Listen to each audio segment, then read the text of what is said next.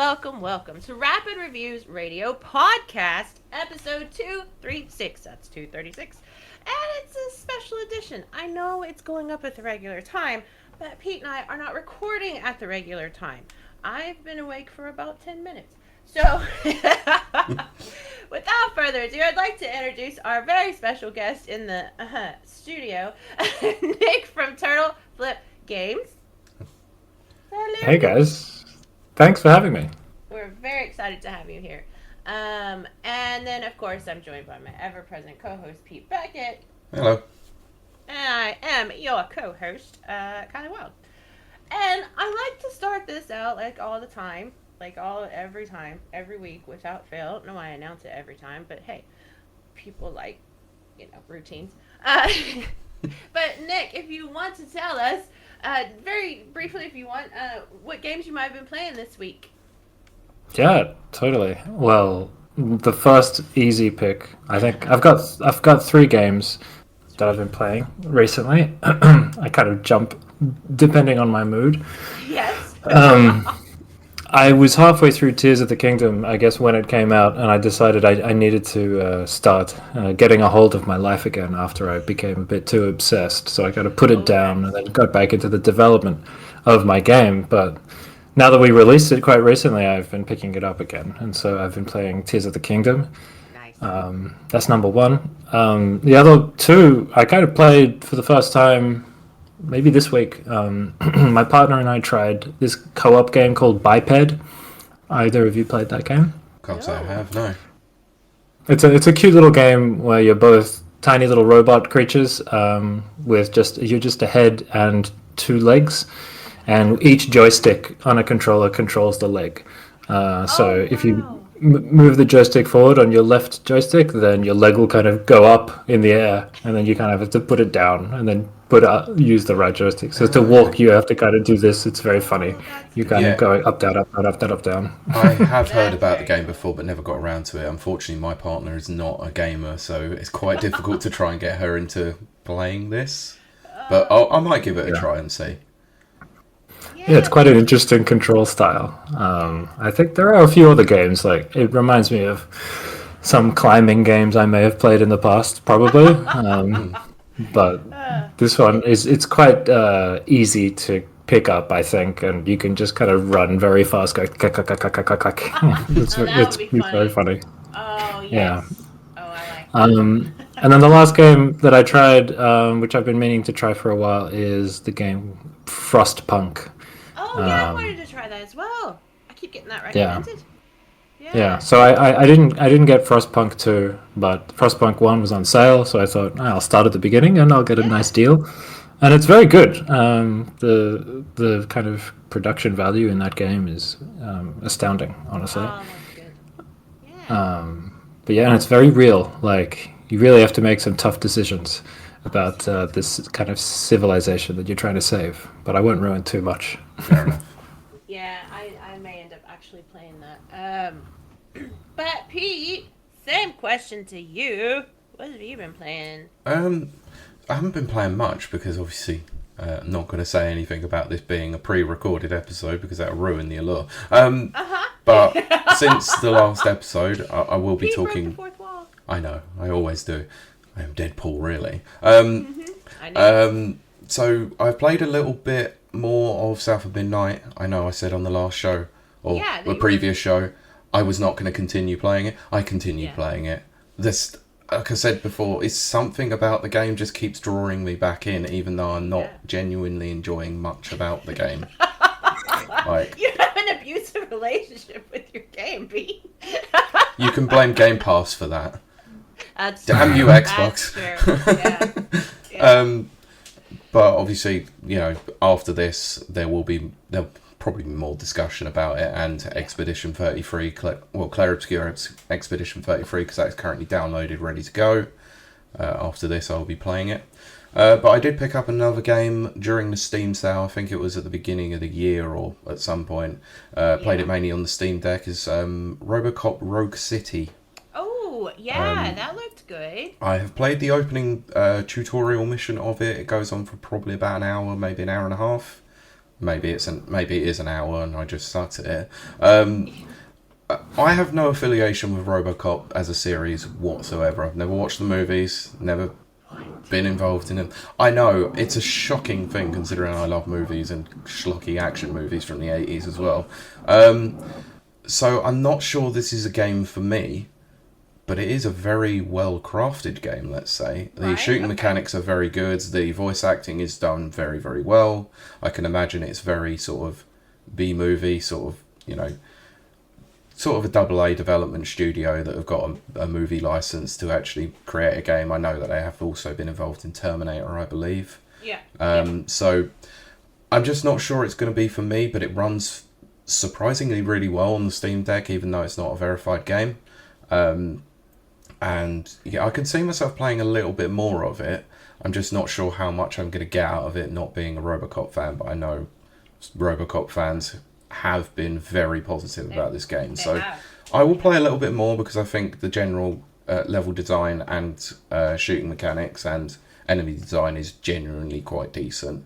And as a result, I haven't really seen much of the story from the first hour of the game. I don't know where it's going to go, but I can imagine it's just explore crime-ridden city of Detroit and just that's it. I was going to say, spoilers, Pete, but you are a robot cop. I gathered that from the first couple of minutes when I walked up. I know who RoboCop is, for goodness sakes. I've not been living under a rock. I think I saw a trailer for this game recently. Does it have very good animation? Like, does it look like the drawings have lots of frames, like more than you would expect? Oh, 100%, yeah. It feels very much like a love letter to RoboCop, in the way that it's designed. It is probably made by RoboCop fans for RoboCop fans. Not that I would know certainly for sure, but who knows? And played by not RoboCop. It was cheap. Apparently. Look, £8 on the Steam sale. You can't argue with it, and I'd heard good recommendations, so I thought I'd give it a try. But yeah, that's all I've been playing this week. So Kylie, what about you? Sweet. Well, I had to do a makeup stream, so I actually did play 3 games this week. So as my position as a variety streamer means I play games that I wouldn't normally play, on my own. So on Monday I played, well, to be fair, I have wanted to play this game, but it is a little indie game called Family Man. And it is dark humor, which is my favorite. Looks like, someone said what the animation style looked like, and I've now forgotten. I've totally forgotten. It's blocky, but not in like a 8-bit way. Oh, right, okay. Strange. So it's not like Minecraft, it's not like Lego figures or anything like that, but it has that blocky feel. But it is a narrative story wrapped in a sort of resource management, in that you're a guy who owes the mob a bunch of money, and you're trying to pretend to be a family man. Not pretend, you're a family man, while also doing evil jobs for the mob, and then having to get them money at the end of the day. And that's where the panic sets in. You have to, do all this stuff, keeping it a secret, keeping your karma either, good or bad or whatever, and not upset your family. And they keep. So wait, are you a family man or not? I don't understand. You said. Well, if you have a family, you're a man. Maybe. So you do have a family, and you're not pretending to be a family man to gain exactly. access. Yeah, the family part is the real part. Well, It's the mafia side that is the ruse, basically, I guess. Except you are working for the mafia. Yeah, it gets confusing. But every day they add another, because there's a dark humor, so they add another bar. So like your first day is, you gotta keep your house clean. I'm working for the mafia. Why I gotta clean the house? Why I gotta sweep the floor? So the first day is keep your house clean. Now that bar never goes away. It stays there. That's it, indefinitely. And then the next day is like, you have to feed your family. So you have to keep putting food in the refrigerator while you're doing these dark deeds. So you have to sweep the floor, put the food in the refrigerator. And then the third day is, your kid's sick. So they add a third bar about the health of your kid. So you gotta go buy medicine and buy. So it's if you like challenges, which I do, it's quite funny that way. and the humor is very dark. And Some people, it might go over their okay, heads. Americans. and how many times did you have to whack someone and then accidentally put the human remains in the fridge for the food for the day? Hey, if that option happens, you know. I did get my first hit job, and I avoided it. I did a delivery instead because I'm the dork who I can't be a jerk on games. I mean, my Fallout karma is always good. I try to be evil. I try to lie and steal, and I can't. So, you know. And then Tuesday was a makeup stream, which is just the good old Resident Evil 8, playing through that. Oh, speaking of which, and I do want to say this too. I'm sorry, I want to speak to our listeners and watchers. I put a silly, not bad video up on TikTok, and they've now suspended my account. So. Oh, amazing. Yeah, it was just Resident Evil 8, me walking around the house. There's nothing. So if I've disappeared from TikTok, it's because I posted a walk around of Resident Evil 8 house. Is that similar to the short that you put up on YouTube? No, that's what's crazy. I put up the one that's before the TikTok one they removed. I put a baby in the oven, and they just said I can't lie on the game, but I mean, to be fair, yeah, in the game, not actually in real life. Thank goodness. No. Yes, I needed that clarification, actually. Yeah, I know, right? I know, it's so hard to tell. Yeah, so the baby in yellow, and you are babysitting Satan, the actual devil. Lovecraftian devil. And you can put him in the oven, and he but he loves it. It's a fun thing for him. That is a very, very weird game. I was watching a bit of it on your stream. My goodness. Yeah, I loved it. It's great. But TikTok left that on, but not the walk around of the Resident Evil 8 house. I don't understand it. But anyway. Should we blame Capcom? Yeah. Capcom came after me. We're gonna fight in Japan. But Wednesday I played Spirit of the North, which I hadn't played before. It's very pretty. I was very confused about everything because I don't do non-linear very well. That's the Asperger. Which is weird considering that you love open world games like Fallout. I love open world games that have a clear, direct path of where I should go, and then I fight against it and don't do it. But on Spirit of the North, which is, again, absolutely beautiful. The animation is beautiful. The music is stunning. It's a gorgeous game. I was lost as a goose, or lost as a fox, as that is what you're playing. I never really know what was going on. I don't really understand what I was doing with the dead people, and I think I was freeing their ghosts, I think. But it was beautiful, and I loved being the fox because they got his animations perfect. He's just like my dog. He's like my little puppy. So I loved that. But that's it. All of that to say, those are the 3 games I played this week, Pete. Awesome. which means that segment's over, and I have no segue. So I'm just gonna say, Pete, why are we here today? What have you got for us? So we are here today to do an interview with Nick, obviously about the game that he very graciously provided a code for us for, which I've spoken about on a couple of occasions on the show. Which Way Up Galaxy Games, which we did a review for. Thought very positive things about it. It was very fun. Yep. But I'm not here to do my review. You can check that out back on our shorts and on YouTube, and actually on the podcast episode we did of that. So I'm actually going to pass this over to Nick himself. So if you want to introduce yourself and talk more about Turtle Flip. Thanks. I really appreciate those words. It's really nice to hear, actually. This being one of my first-ish games that I've kind of released in a bigger way.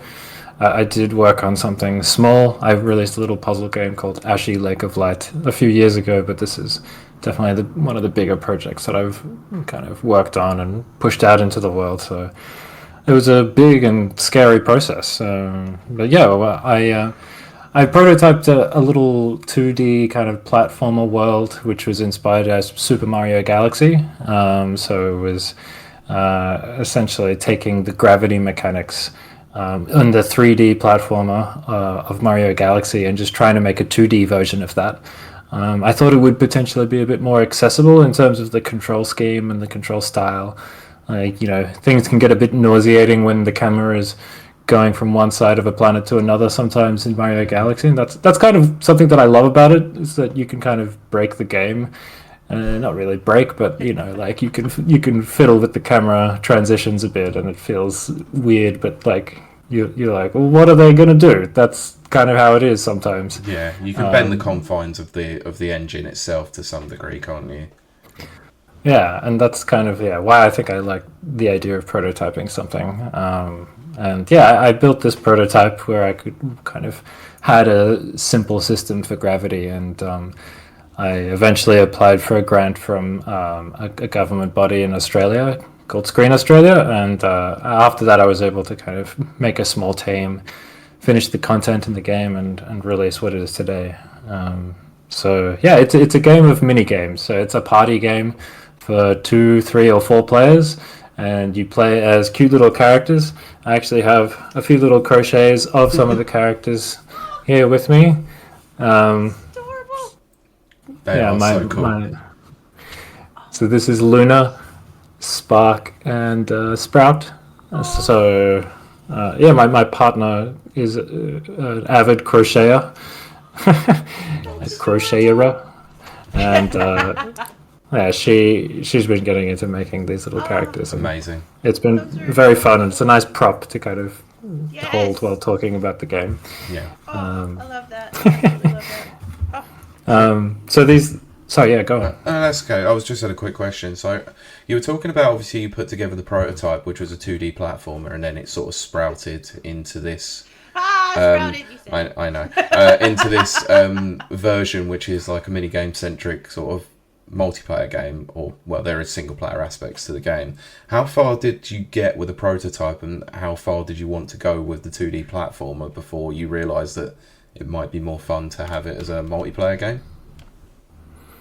Originally, I wanted to make it a one or player adventure game, or a co-op, 2-player co-op. So that was my initial thought. I kind of fell into a party game more because of scoping and like what I thought was achievable. I kind of imagined or tried to kind of estimate how much work it would be to build an adventure game and how much content that would involve. And I guess that scared me a little bit, knowing that I didn't really have a budget at that point. Sure. I was also like inspired by a good friend of mine made the game called Boomerang Fu, and I worked a little bit on the level design of some of the levels in that game, and I just followed the development process of that. Kind of from start to finish. I was always kind of watching and giving a bit of feedback here and there, and I just loved watching the game being taken to video game conferences and events and like conventions and things like that. Mm-hmm. So local multiplayer games kind of thrive in those kinds of spaces. It's kind of just very fun to kind of, as a developer, watch people play the game in those environments, and it's a fun kind of playtesting opportunity. Mm-hmm. I think I was kind of incentivized based on that. I kind of just wanted to go through that experience. Sure. So I think that, and also I have this nostalgic love of local multiplayer games, and I think it's just one of these things that I just always wanted to do. So I think, from a marketing perspective, making a party game that doesn't have online multiplayer, and that's bears mentioning that our game is only local, or we launched at least, and it's only local at the moment. And the reason for that is basically that we didn't have enough of a budget or time to implement online. And I would have liked to do it, but it's kind of like a tough decision to make. We did a bunch of research, actually. Of course, yeah. No, I'm someone who is not a game developer themselves, but I know about the importance of, like, the massive importance of having a really sturdy netcode when it comes to online games. God, yes. And as an indie developer, it must be incredibly difficult to not only find the right netcode to use for it, but also if you haven't used a a pre-designated one like GGPO or something like that, it might be really, really difficult if you're only a small team to actually create your own in-house.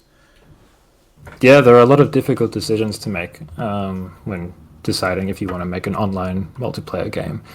One thing is, like you said, just choosing, the framework or the structure or the plugin that you're using, whatever it is, you have to make that decision at some stage, and the best time to do it is from the beginning. Because if you make a game that's kind of structured so that it works with local multiplayer, just adding online isn't as easy as just plopping a nice Lego piece on top and saying, well, now it has online. It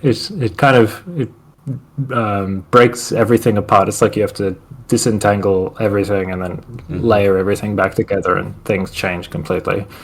And that was part of the research that we did. We did a little sprint to see how viable it would be. Another piece of that puzzle is like reliability of online servers, for instance. If you're going to make an online game that has servers that sit in the cloud that all of the players connect to, that tends to be more reliable. Some games just allow players to connect directly to each other. That's less. The latency isn't as good or low, but it does mean that the developer doesn't have to pay for servers, and so those costs don't have to go on to the player. So all those decisions are kind of difficult things to make. Even AAA developers have a real hard time when it comes to dealing with netcode. Like you said, it's either cloud-based or it's peer-to-peer or P2P as they call it. So it's a very, very difficult thing to try and balance. And I've seen so many games that from the very start go, we're going to be online, and they are hindered solely, and their game is pretty much hindered by the fact that their netcode is not great when it comes out. So I think you've made the right decision to not include it, let's say. Well, it's interesting opinion. I think a lot of people wouldn't agree with you, but it's kind of nice to hear. I think it would be nice to have. Not going to say it's not. It's something that would be a great addition to have down the line. But as a starting point for a small developer, it's better to get your game out there in the public eye to then go, maybe we can add this later down the line, or if you decide to come back to it for a sequel, then that's something you can consider, within that planning stage. Yeah, and that's that's advice that I got from a lot of my game dev friends and colleagues, because I got pretty excited about it when we were playtesting. It was the number one question on everyone's lips. Will it have online? Can I play with my friends? Because I don't play games locally with people. I just don't do it. No. I don't either. I don't play games with people. No, I mean, we've been playing Split Fiction together, and we're based in two different parts of the world, let's say. Yeah.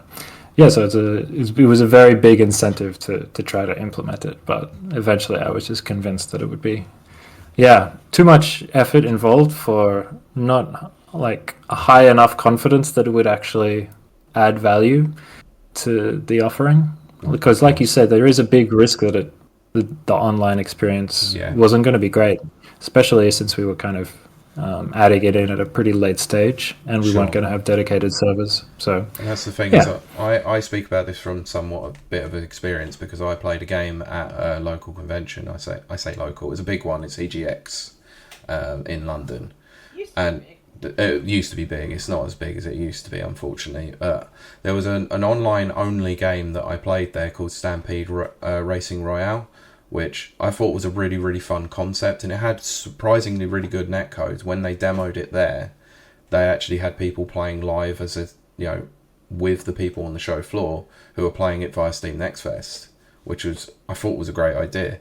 But unfortunately, that game has now been taken down. It's due to be decommissioned at the end, in the middle of this year, and it's only lasted 6 months, which is really disappointing because it's a fun game. But that can be the death knell for your game if you're solely focused on online and it doesn't hit with people. Then that's it. You only get one shot at it.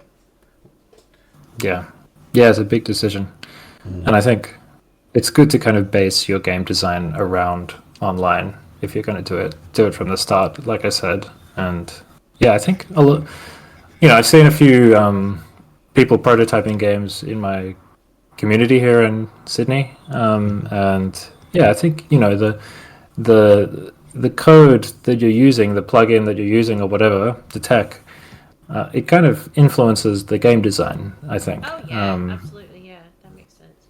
So it's hard to go, very hard to go backwards, and that's something that we found as well. We couldn't get it to feel the same, and there were certain mechanics that just wouldn't work or didn't feel right, especially in a peer-to-peer context. Sure. But yeah, So that's online. it sounds like running a game development studio is like a resource management game. And I would fail terribly at that.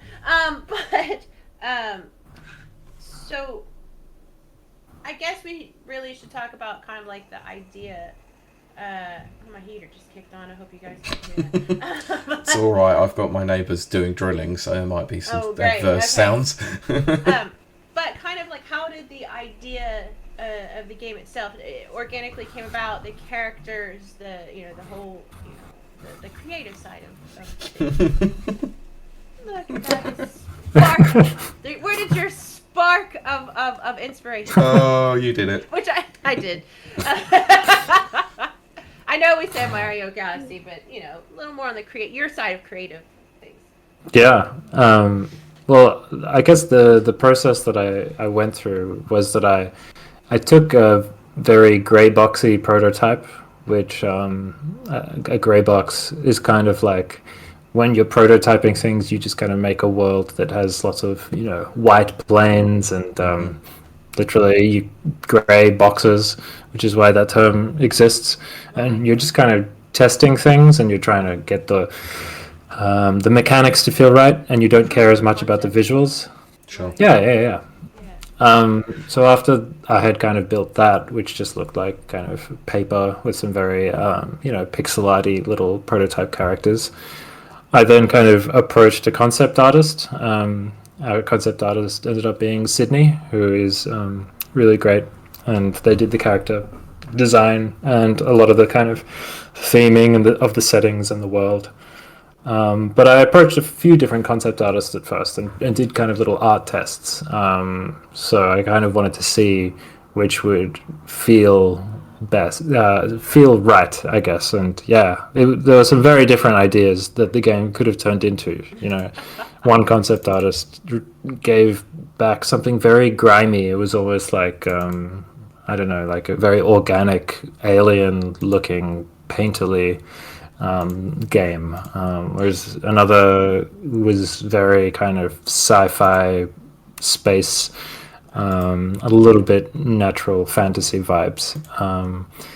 But yeah, in the end, I guess I was trying to go for something very simple. I think, I don't know if I've mentioned, but yeah, I'm a I'm a big Nintendo fanboy, so I kind of love that aesthetic of very. Yeah, I saw that cup earlier, and I was jealous. Yeah, I just love the minimalism, I guess, and design that comes out of a lot of Nintendo's games, and especially, I guess, the character design and the visuals. And so I kind of tried to keep things at their core in terms of character design and world design, like to be very blocky in terms of their silhouette, so that it was easy to read as well. I think something that you have to be aware of and think about a lot in local multiplayer games or multiplayer games is just kind of readability of your character when you have multiple characters that have to be read on the same screen. You have to think about, if the colors are too similar, are the silhouettes unique enough? Right. Is the camera close enough to all the characters so that the players can actually track where their characters are at all times? So all those things are tricky, and they affect things like level design. How big a level can be, and the character design, and the background art, how dark or bright the background art can be or should be rather. Mm-hmm. So yeah, all of that is kind of stuff that we were constantly thinking about. And trying to optimize for kind of the genre of the game. And yeah, I think it's a difficult thing because I really do want to kind of strip it back as much as I can and kind of improve contrast so that the characters really pop, but at the same time you want to have some really nice background art so that the levels look unique. So it's a difficult balance to strike. Yeah, Um, I've never considered that, obviously, because I have no development history whatsoever, or running things. But I never thought of that. But of course, you've got to have distinct, like you said, silhouettes and because if you've got multiple characters, I never even thought of that. And I yeah, will say they're very distinct characters. So yay, he did it. Thank you. Well, that's nice to hear. I kind of look at it from a harsher perspective, Of course. Yeah. but it is nice to hear. I guess I would want them to be even more distinct. I kind of compare it to a lot of the best local multiplayer games that I've seen and played, and some of those can get very different at times. I guess the one that I went back to a lot is Super Smash Brothers, and I guess that's a difficult one because they kind of had this constraint where they wanted to combine IP into one game, and so like they didn't really have a huge option to kind of design the characters to be in the same world. But still, they kind of pulled it off, and they have various elements to like reinforce what I was talking about of the player tracking their character. Things like the arrow above your head, I think, and all those arrows are different colors, and they strongly associate your player color throughout the game. If you're the green player, then that arrow will always be there, and I think that's the thing that helps you most. I was gonna say it's very good for people like me. Yeah. When there's chaos on screen, I can't follow it. I'm just I appreciate the individuality of multi characters. I can deal with chaos, but even that's helpful to myself. Even during playing, like you said, Smash Brothers, when you got 8 different characters on screen, it's nice to have the indicator above you. Yeah. As almost real world example of that, like Pete mentioned, we're playing Split Fiction, which for the audience at home, if you don't know what Split Fiction is, why are you listening? No, I'm kidding. It's just it's a pretty popular game right now, but it splits your screen so that I can see what Pete's doing and he can see what I'm doing. We are individuals, but sometimes it'll bring the both screens together, and so you're both playing on the same screen. There are times I literally can't tell which one's Pete, which one's me. Which is not good. but I mean, so when I'm praising such things like that for our audience at home, it's really coming from a genuine place of I can't track things on screen sometimes. So yeah, it's another one of those elements you don't think as a player you don't think about. Yeah, and I think Split Fiction is a really cool example if we think about their previous similar game, It Takes Two. Yeah. Which I think the characters were designed, in a sense, much better from that perspective because if you think about their silhouettes, they're very unique. Their color schemes are very unique. Yes. I guess probably one constraint they had with Split Fiction is that they knew they would have to put these characters in different environments and, in fantasy and sci-fi environments and have them wearing all sorts of different costumes. So at their base level, they probably both had to be very similar anatomically. Sure. Very similar. So, I think one's tall and one's short, but outside of that, they're the same. Yeah, because I imagine it's very similar to how it was with A Way Out, where both characters are quite similar in that respect. But yeah, you brought it up with It Takes Two. Those two characters are distinctly different. So kind of who you're playing at each time. Yeah. So there's an aspect people don't think about. I love it. Thought exercises with rapid reviews. But then so you've come up with your character design, you've come up with your world design and all those things. What about your the sound design and stuff like that? The soundscapes and stuff like that. Was that already? Was that something you had in your head? Was this another thing you were like, I need a concept? Do they have concept sound artists? Is that a thing? If not, it should be. Yeah, no, good question. So the composer, our composer, and I guess sound designer was someone who a friend of mine actually recommended just by sending a SoundCloud link. They called Memo Demo, is who we got to help with the sound. Yeah, I kind of sent them a message and approached them and asked them if they wanted to do the sound for our video game because I just thought, based on my friend's suggestion, that it would probably fit quite well. I think they already had a good sound, but we did kind of push it a little bit more into the kind of arcadey, fun space, atmospheric vibe that I was trying to go for. I mean, I feel like I was cheating a lot of the time where I would use references from Super Mario Galaxy because That's inspiration. It's the sound. I got it straight away as soon as I could hear some of the level music. I was like, "Yep."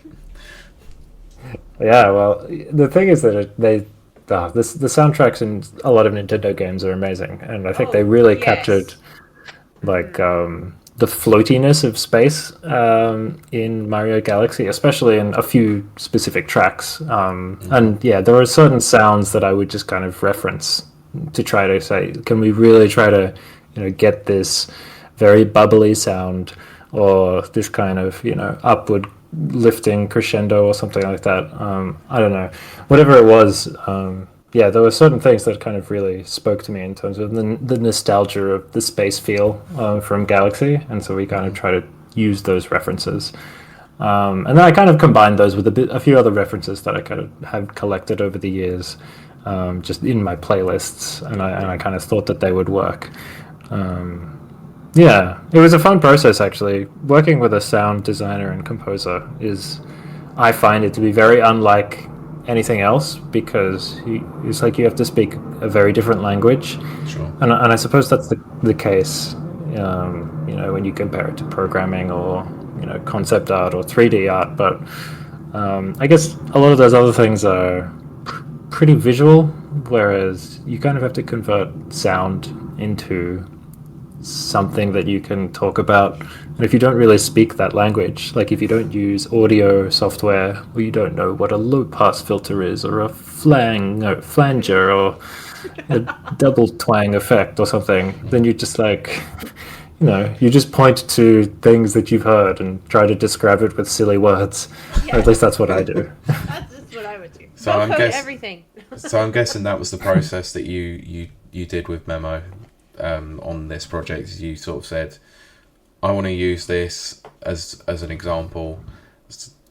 You were saying things from like Mario Galaxy, maybe other sci-fi properties that you'd listen to. How many different demo versions did they come back with before you sat on the final version that you got from Memo? Yeah, it varied from song to song, I would say. But most of the time, I would say there were at least 3 revisions and probably at most 5. Mm-hmm. A lot of the time, it was just kind of they kind of came back with just, we talked about a bunch of things. I gave him some references, and then they just kind of worked for a while and then sent me something.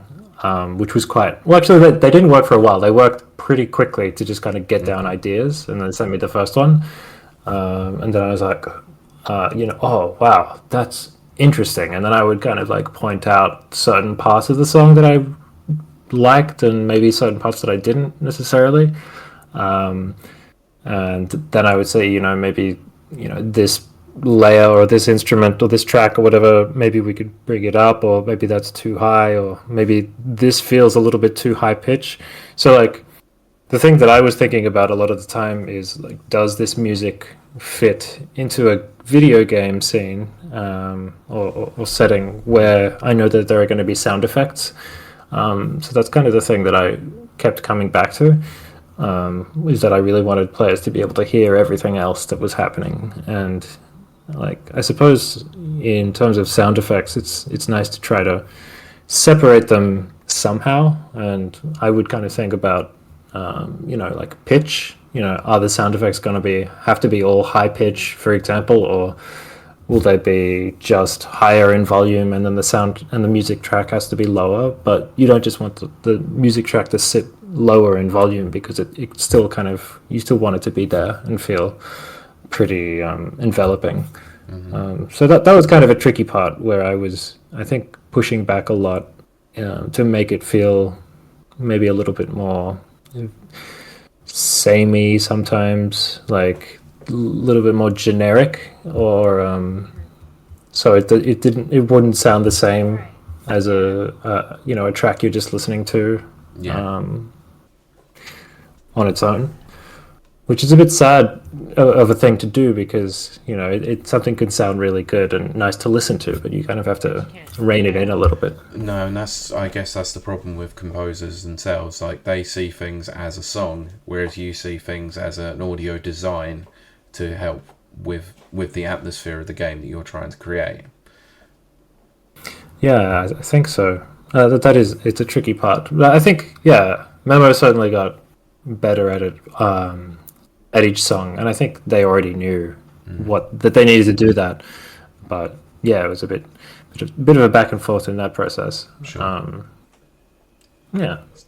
So I want to talk about the main sort of loop of the game, and it was all centered around party aspect, mini games, and stuff like that.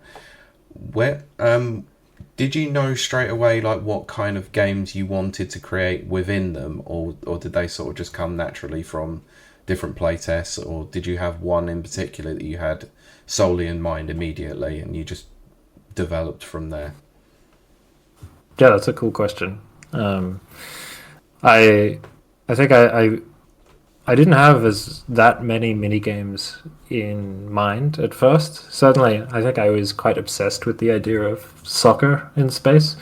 I used to play too much Rocket League, and I kind of got. You're literally describing my entire life right now. So I play too much Rocket League, Mario Galaxy, and mini games and party games and Smash Brothers. Yeah. Wow. Yeah, well, you just like good things, I think, is what the issue is there. So have you seen the Yakuza t-shirt? At least. Definitely. Yeah, I think I always kind of imagined, while kind of making this game, wouldn't it be interesting if you had kind of like a planet that you could interact with as well, that you could push around, but it could still be something that you can be grounded on. And that's kind of what the soccer ball exploration was for me, and that's what I did at first. And the first interaction mechanic that I tried prototyping was a ground pound, and soccer actually felt very different when the players could kind of ground pound. And it was quite strange because when you press the ground pound button, it would kind of find the closest planet.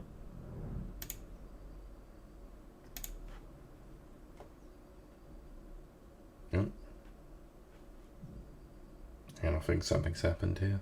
Just land, but if you hit a soccer ball, then it would launch the soccer ball, and it would be a very satisfying kind of shot. Yeah. And so what ended up happening, I guess, is that I found that the ground pound worked really well on that minigame, but it didn't really lend itself well to a nice balance in other minigames or level designs. So I ended up getting rid of the ground pound, sadly, to a few people's sadness, actually. One good friend of mine got a bit attached to it through playtesting. And he was like, why'd you get rid of the ground pound? It was my favorite part of it. And I was like, yeah, I liked it too, but it broke the game. It's one of those kill your darlings moments that unfortunately have to happen a lot in game development, which I struggle with a lot, and I still do.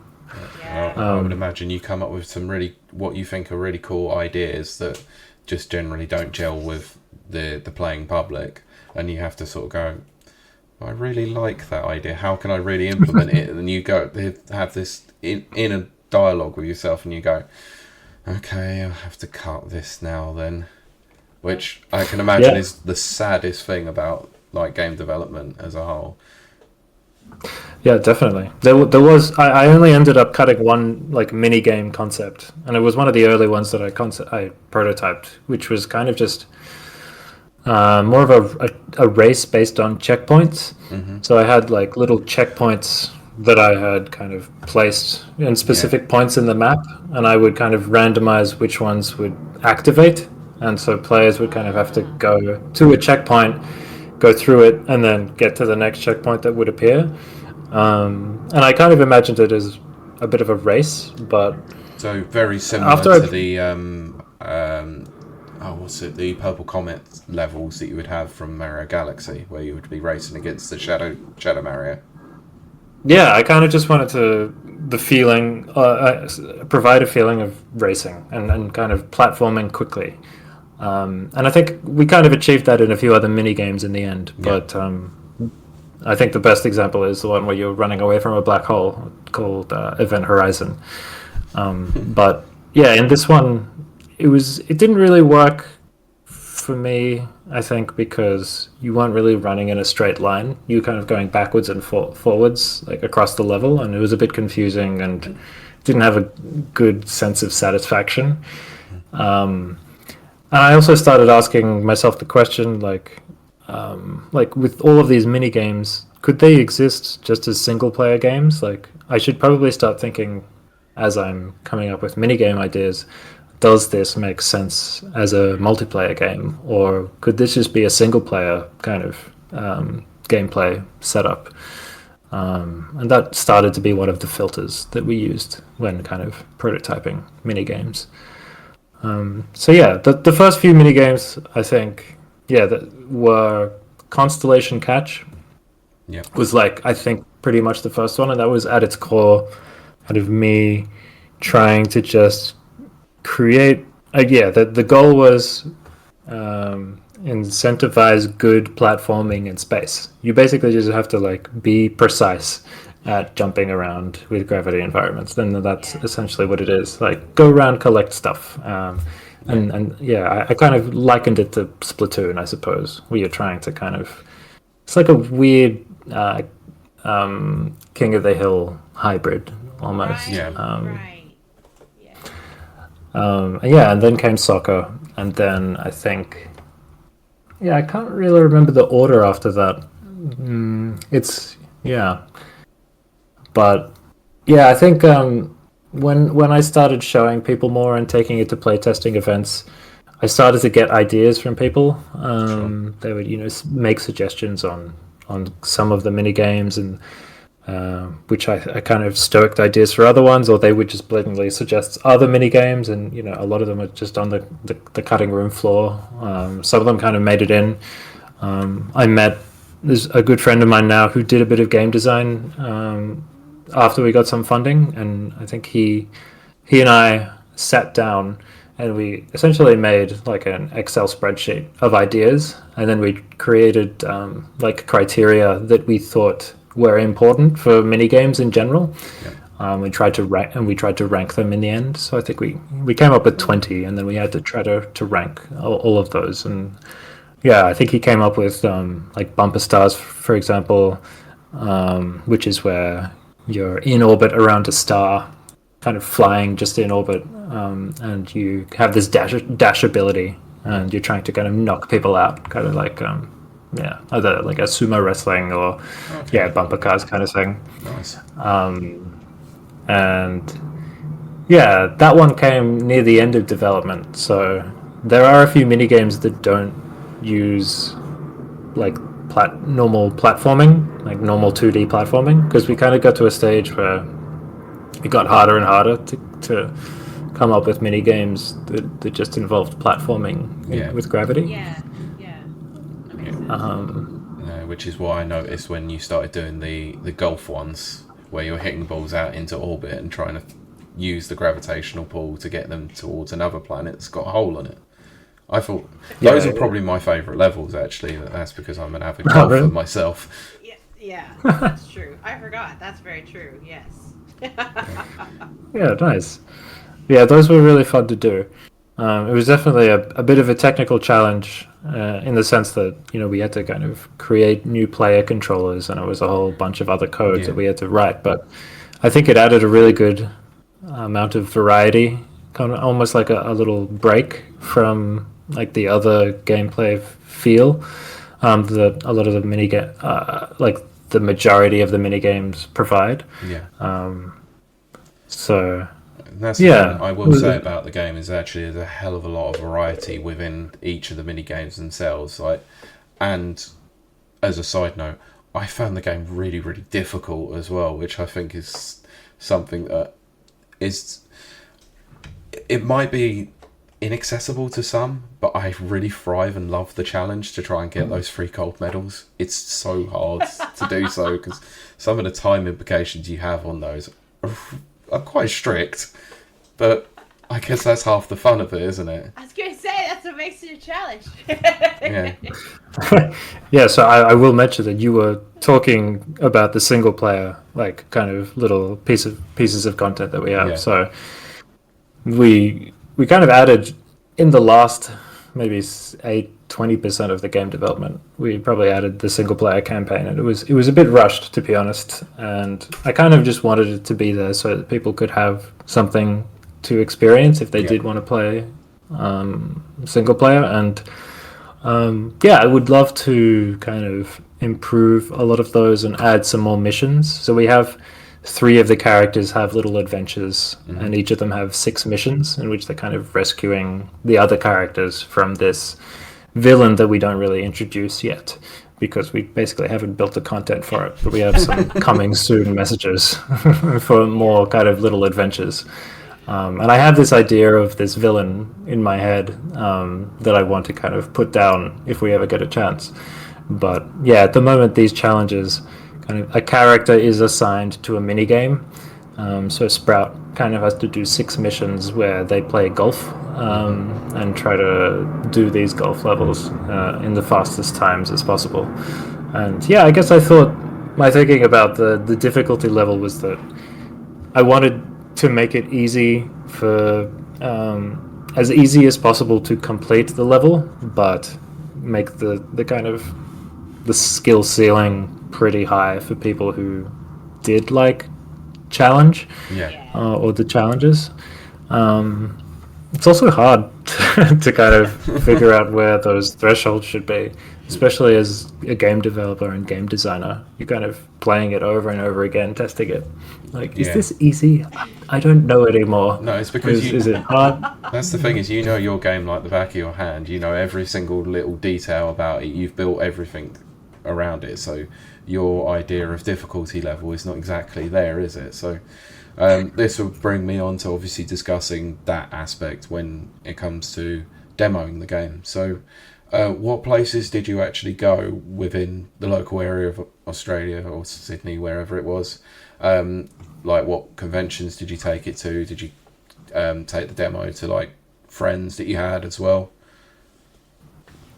Yeah, we have this local event in Sydney called Beer and Pixels, and it's run.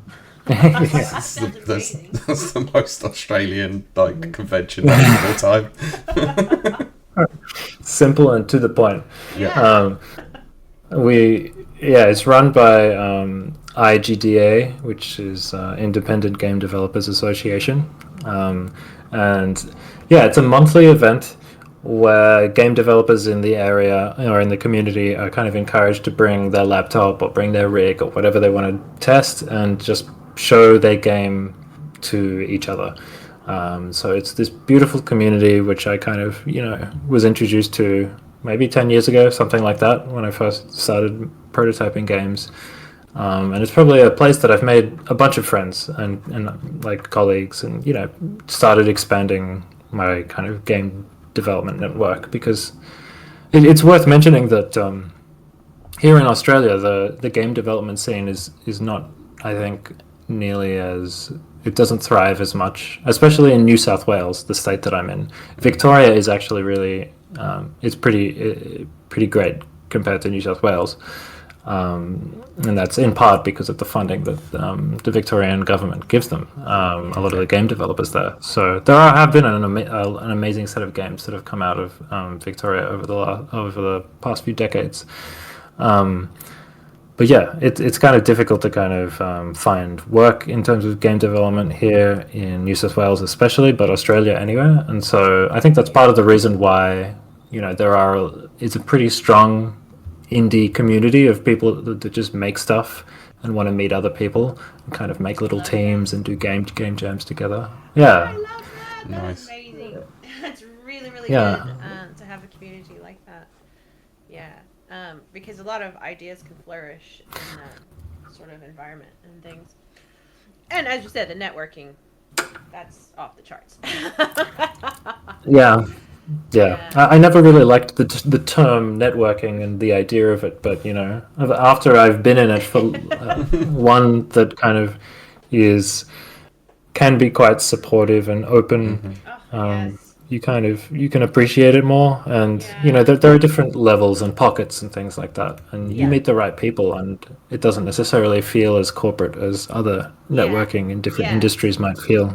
Yeah, and that's the thing about the convention scene and the term networking. It's not just great for developers; it's also good for us content creators, where we can get hands-on with a game and then talk about that game, and then reach out for opportunities to obviously talk to people like yourself, to then discuss the game and push it to a much wider audience. And I'm not saying our scope is massive, but we do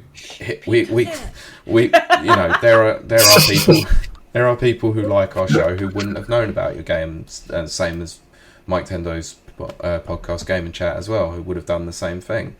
There would have been people who had absolutely no idea this game existed and gone, oh, well, this is interesting, I like Mario Galaxy, let's go and try this game out, and then may have found a new fan that will follow all your work on Steam and find out what you're doing next. You should do that. Yeah, I think. Yeah, I think that's totally what it's all about. Just the chance encounters and kind of just enjoying Random it. I think a lot. Yeah. With the battle music. Yeah, I think a lot of people wouldn't necessarily be in this, I guess, industry making indie games if they didn't enjoy that process and get something out of everything that you just said. Yeah. Well, that brings us to probably, I'm not going to say the most important aspect, that's probably a little hyperbolic, but and important. I wish I could come up with a pun for Luna, because I have punned the other two. I'm a lunatic for this. That one felt forced. I know. Lunatic. Yes, lunatic. There you go. Oh, I like that. So what is, from today's and moving forward, what is the future of? Well, I was going to say of the game, but you know what? I would say the whole studio and development team, but also the game. Yeah. Well. Yeah, for now I'm kind of just looking through a few bugs and optimizations. So the game's on Switch and Steam, but the Switch version has obviously required a bunch more work to get it to run on the Switch, to optimize it. And it's not really the I guess most graphics intensive game in the world at all. It's very simple, but still you need to consider things when running on low end devices like a Switch. Yes. Yes. So yeah, that's one of the areas where I'm kind of patching a few things to, I guess, make sure that the frame rate stays high at all moments. There's some mini games on the Switch where it doesn't necessarily do that all the time.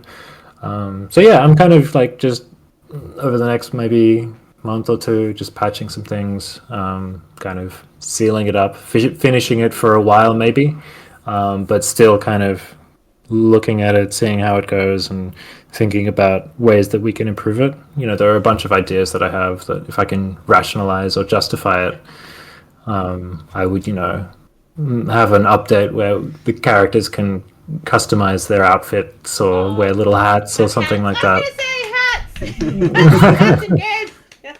Yeah, I'd love to do that. I'd love to, add a new mini game and a new character every now and then. So that's certainly on the cards, but it's all just kind of dependent on, my time and the game's performance Yeah. out there. But otherwise, I'd kind of like to take the characters and put them in another game at some stage. I think they're cute They're and people adorable. connect Yeah. with them. Yeah. And I love the character design that our artist did. So yeah, I have a few ideas for very different genre games, but still set in space to justify the characters. So yeah, I'm gonna hopefully start prototyping a few things later in the year and see where I can go with that. Yeah. But yeah, I had a quick kind of question, obviously, about, we said about what's next, but I wanted to sort of just read it back a little bit and talk about the submission process, especially when it comes to Nintendo. Is how do you go through the certification process with them, and did they send back much in regards to feedback of how to get it optimized for the platform? to be honest, I can't really go into too much detail because of NDAs that I had Sure. to sign. But I can probably talk very generally about things that I've heard when working with console platforms in general. Yeah, Okay, please from don't get just yourself in hearing trouble about by stuff. breaking NDAs. We don't want that. Yeah, I'm sure there's very little chance that I'll get in trouble, but still, it pays to be safe. Of course. Yeah, things can be time consuming, kind of waiting for these companies to get back to you after doing some certification and checks. And, sometimes they'll notice the smallest detail and then they might miss something larger later on. So it's tough when you're kind of waiting between 5 and 10 days for them to get back to you, and then you get like little. I will say it's actually really great to have like someone checking through and finding errors. But what it's kind of taught me is to it really pays to do your own QA and find the things that go wrong yourself instead Sure. of allowing any third party services where you can't rely on speed or efficiency to do things. So that can get a little bit stressful sometimes, and there's certainly a learning curve.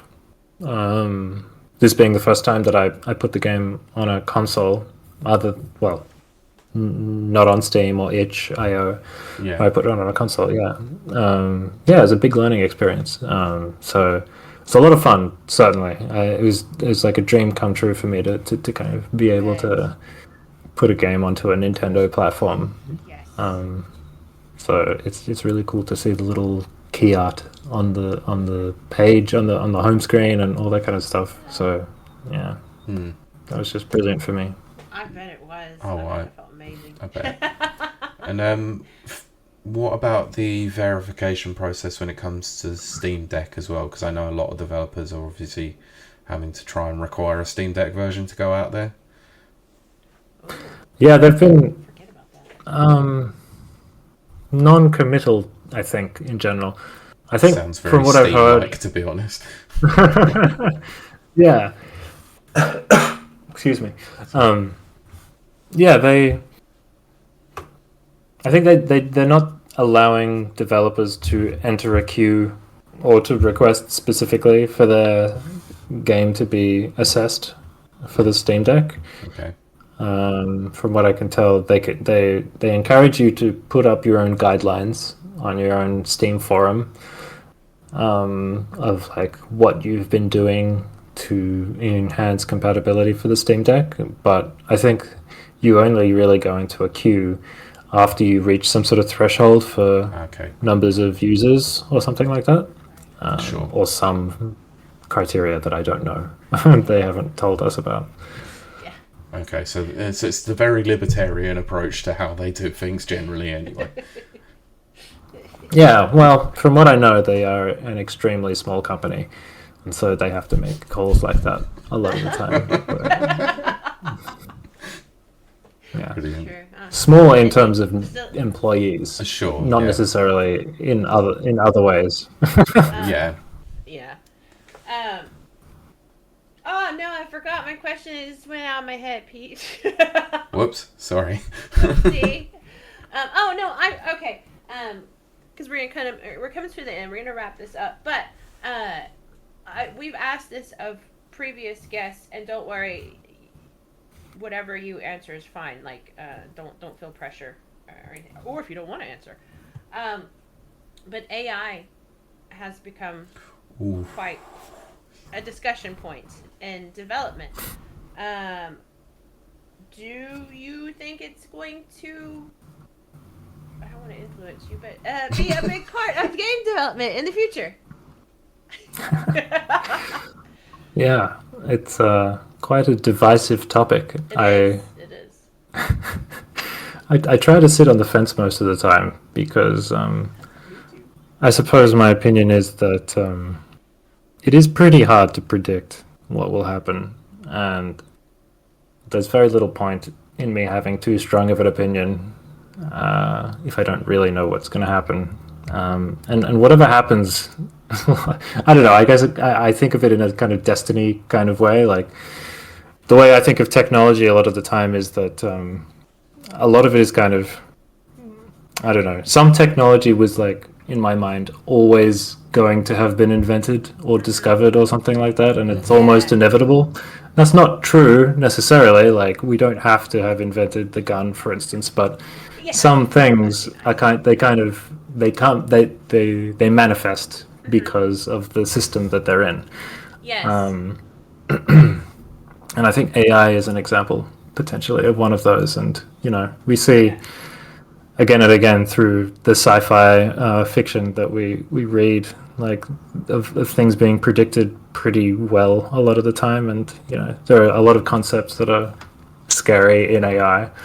And I don't know if we're going to go into a scary version of that world or not. But what I can say is that I think things are certainly going to be changing very swiftly as we move forward, and they will only continue to change swiftly, and probably they will reach a point in which there will be a big change, like some sort of revolution. But I don't know, like that could be hundreds of years away from now, but 100, not 100, like maybe 50 to 100 years away. There might be some crazy thing that happens, but I don't know if I'll be alive for that, or how that will affect me. And it's almost impossible to predict just because of the way things just keep accelerating. Yeah. I mean, if you think about like technology as a whole from the 1960s to here, when the microchip was invented, we leapt forward, and we're kind of at that threshold, I think, now. We had a former guest on. He does the soundtrack for the Street Fighter games, and Daniel Lindholm. Cool. And he was quite vocal about his stance on AI. But he would be, because he's a music composer, and type of things. But I actually generally am of the mind that it's here, and we gotta learn to work with it or around it or something. But yes, that was the subtext of what I was saying. Yeah. If you didn't pick up on that. we have a couple of people that are usually within the live audience. One who does a little bit of game development themselves, and one who's an artist, who are very one staunchly against it, and one who's like for it. So yeah.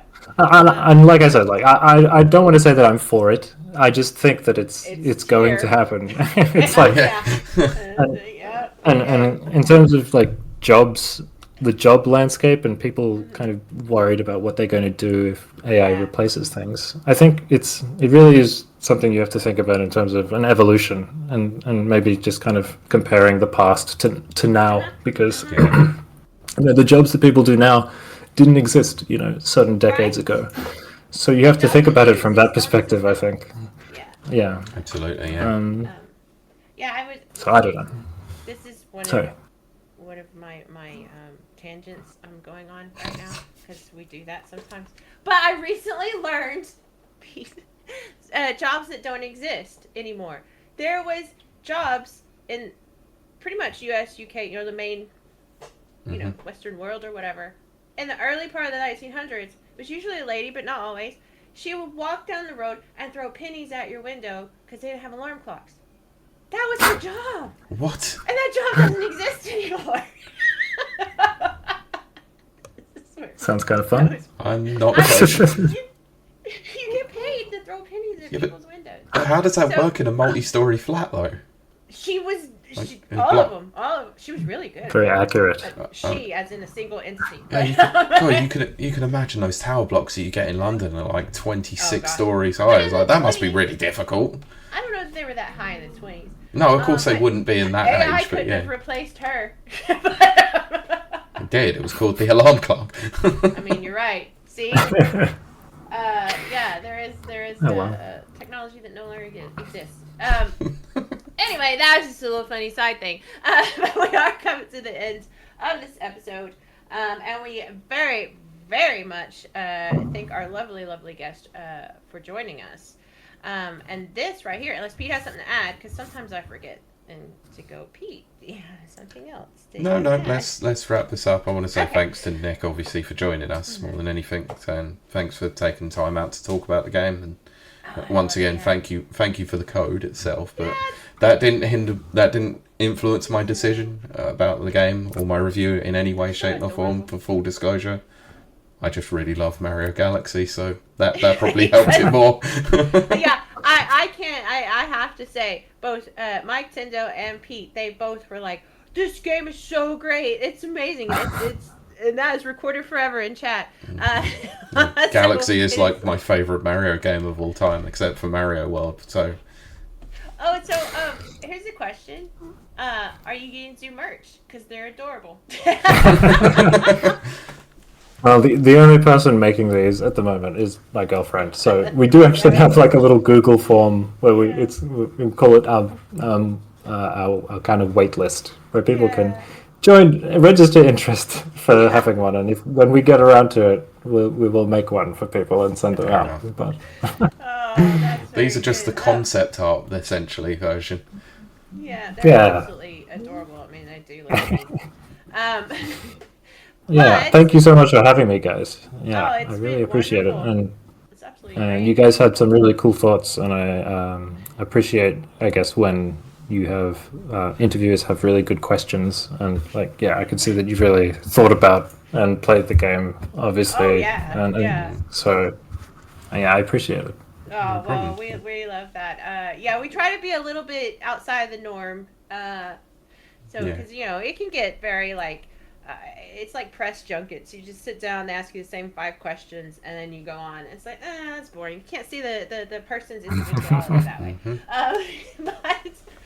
But that does lead us to the next part, which is where can they find you if you want to be found, and out there on their social media platforms. And I know we've said it, but this will give you a chance to do it again. Where they can find the game and purchase it. Yeah, definitely. Well, Which Way Up Galaxy Games is on the Nintendo Switch right now, so you can go out and get it. We don't have a demo out yet on the Switch, but I'm going to get a demo out on the Switch. There is a demo on Steam, which has Windows, Mac, and Linux versions. Nice. You can try the demo there or purchase it there.